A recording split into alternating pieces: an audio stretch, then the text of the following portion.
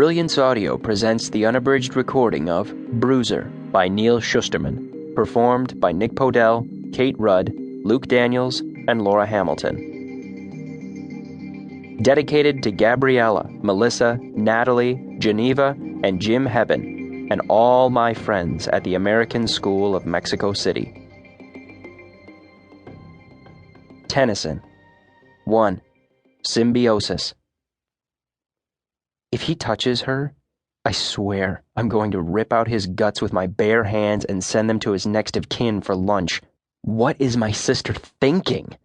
This guy, this loser, has got no business breathing the same air as her, much less taking her out on a date.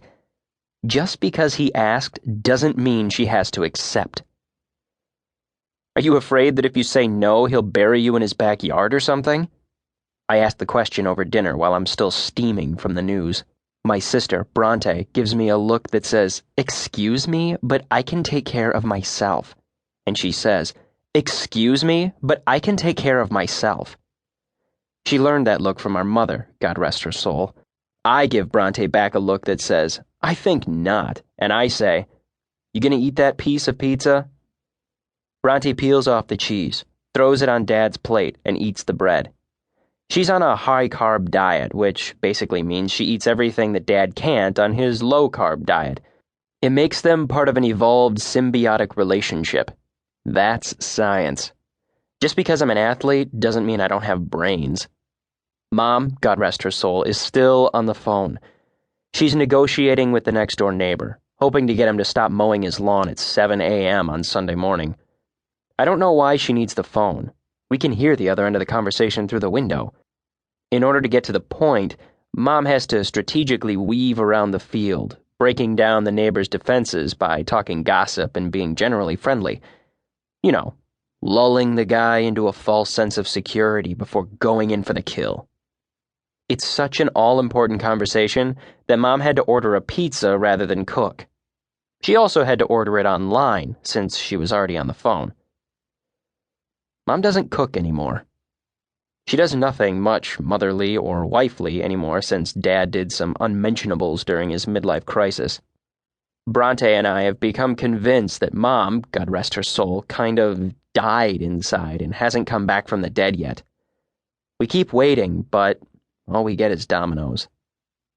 "I'm 16, Brontë says. "I can spend time with whoever I want. As your older brother, it's my sacred duty to save you from yourself."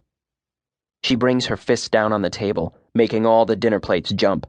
"The only reason you're 15 minutes older than me is because you cut in front of the line, as usual."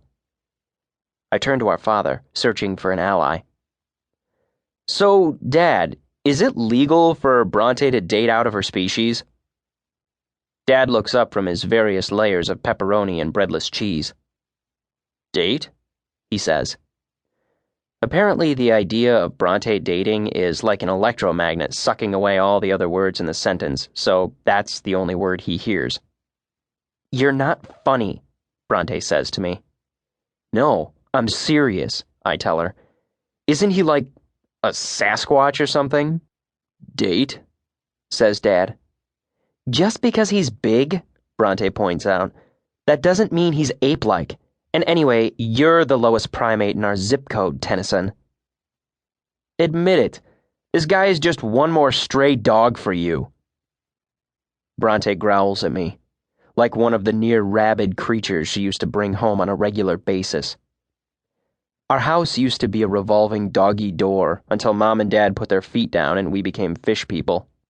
"Is this a boy we know?" Dad asks. Brontë sighs and gnaws her cheeseless pizza in frustration. "His name is Brewster Rollins, and he is nothing like what people say about him." This is not the way to introduce your father to a prospective boyfriend, and I figure maybe Dad might be terrified enough to forbid her to date him. "Exactly what do people say about him?" Dad asks. Dad always begins sentences with the word exactly when he suspects he doesn't want to hear the answer.